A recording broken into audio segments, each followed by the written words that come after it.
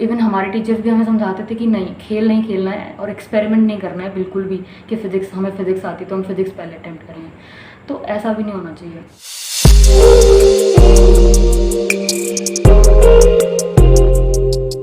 Hello guys, welcome to this YouTube channel AIIMS pioneer. I am Alpana Kumari, MBBS first year student from AIIMS New Delhi. So इस वीडियो में मैं बताऊंगी कि कैसे पेपर अटैम्प्ट करना है नीट 21 के लिए। जिनको पता है अच्छी बात है, नहीं पता है वो थोड़ा ध्यान से सुने, ठीक है। तो ओवरऑल 200 क्वेश्चन होंगे, जिसमें से 20 हमें छोड़ने हैं। वो कैसे? बायोलॉजी को अलग जूलॉजी प्लस बॉटनी में डिवाइड करके दोनों के 50-50 होंगे। तो 50 में से 35 सेक्शन ए है वो मस्ट अटैम्प्ट है, ठीक है, उसमें सारे क्वेश्चंस करने हैं।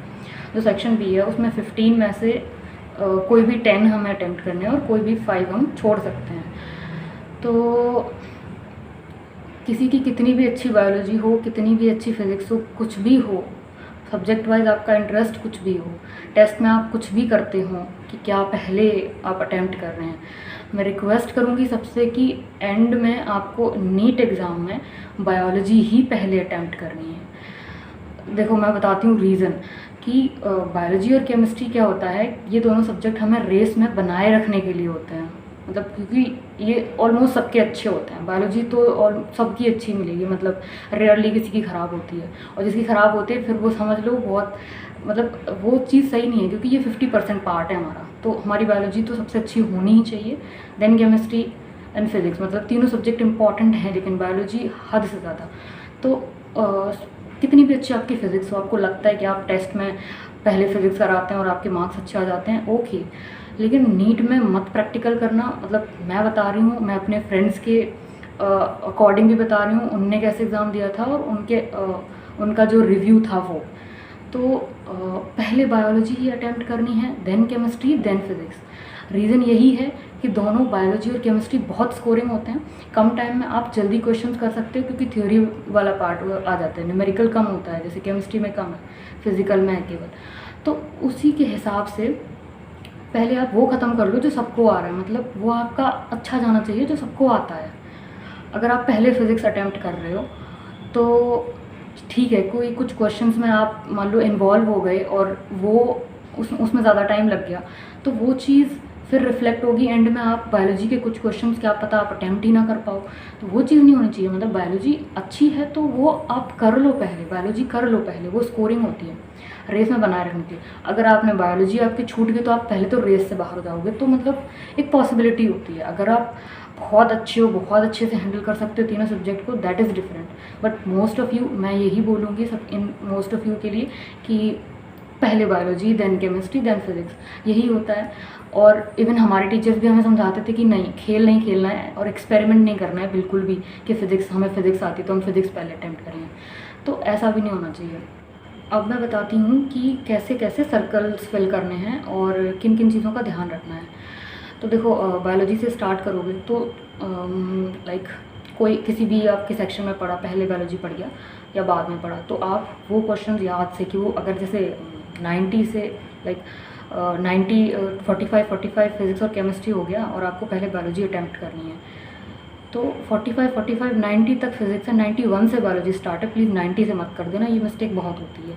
90 से स्टार्ट मत करने लग जाना, 91 से स्टार्ट करनी है, ठीक है। वहाँ से बायोलॉजी वाला पोर्शन स्टार्ट होना है। मतलब आपने ओके, आप क्वेश्चंस लाइक टिक कर रहे हो क्वेश्चन पेपर में और आप 91 से, ठीक है, बायोलॉजी 91 से, तो आप 91 से आंसर टिक कर रहे हो क्वेश्चन पेपर में, लेकिन आप फिल करना स्टार्ट कर दिए, मतलब 90 से मत कर देना। कभी कभी हो जाता है, मैं सबके लिए नहीं कह रही हूँ, किसी किसी से हो जाता है, तो वो मत करना।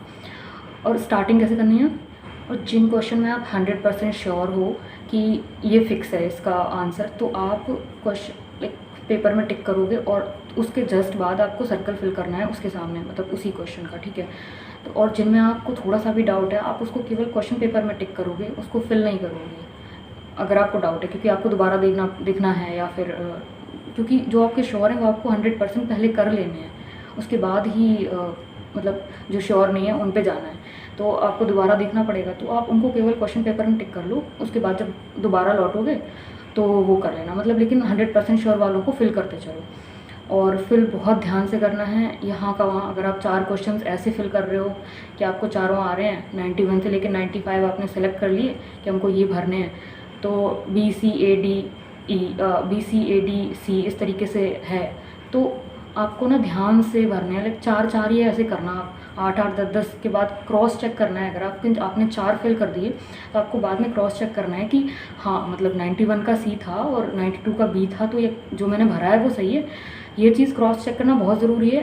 और ये हर 4 क्वेश्चन को फिल करने के बाद, आंसर्स फिल करने के बाद चेक करना है, क्योंकि ये आपको बचाएगा कि मतलब कोई फ्रेम शिफ्ट म्यूटेशन जिसे हम लोग कहते हैं कि वो ना हो जाए, इसके लिए। वरना सीधे नेगेटिव, सारे नेगेटिव हो जाएंगे, वो बहुत गंदा होता है। वो आपको अलग अगर आपको पेपर के टाइम ही पता चल गया कि आपने मिस्टेक कर दी, तो आपके आने वाले क्वेश्चंस भी गलत हो जाएंगे। ऐसा होता है क्योंकि वो नर्वसनेस क्रिएट कर देता है, नेगेटिविटी ला देता है। तो परेशान होकर पेपर नहीं देना है बिल्कुल भी, क्योंकि आना वही है जो आपने पढ़ा है, NCERTs। तो ये मत सोचना कि क्या आएगा, सब कर लोगे आप जितना आएगा। तो बिल्कुल शांत होकर पेपर देना है और रोल नंबर वगैरह सब सही से भरना है। और ये वाली गलती कि BCAD सेलेक्ट किया और वो 91 के बजाय 92 से स्टार्ट करके फिर वो सारे गलत कर दिए, तो आपको हर 4 क्वेश्चन फिल करने के बाद क्रॉस चेक करना है कि 92 का C ही था जो मैंने फिल किया है। ये मिस्टेक, ये बहुत बड़ी मिस्टेक होती है देखो, और बहुत डुबा देती है, बहुत मार्क्स कम कर देती है। तो इन सब चीज़ों का ध्यान रखना और नर्वसनेस मत लाना, किसी भी हाल में नर्वस मत होना। और कोई सेंस भी नहीं है, नर्वस हो गए तो पेपर ख़राब होगा, बस बात ख़त्म। तो मत नर्वस होना। और इसी तरीके से पहले बायोलॉजी, फिर केमिस्ट्री 100% श्योर वाले भरते चलो, फिर बाद में देखते चलो। उसी हिसाब से आपको टाइम मैनेज करना पड़ेगा।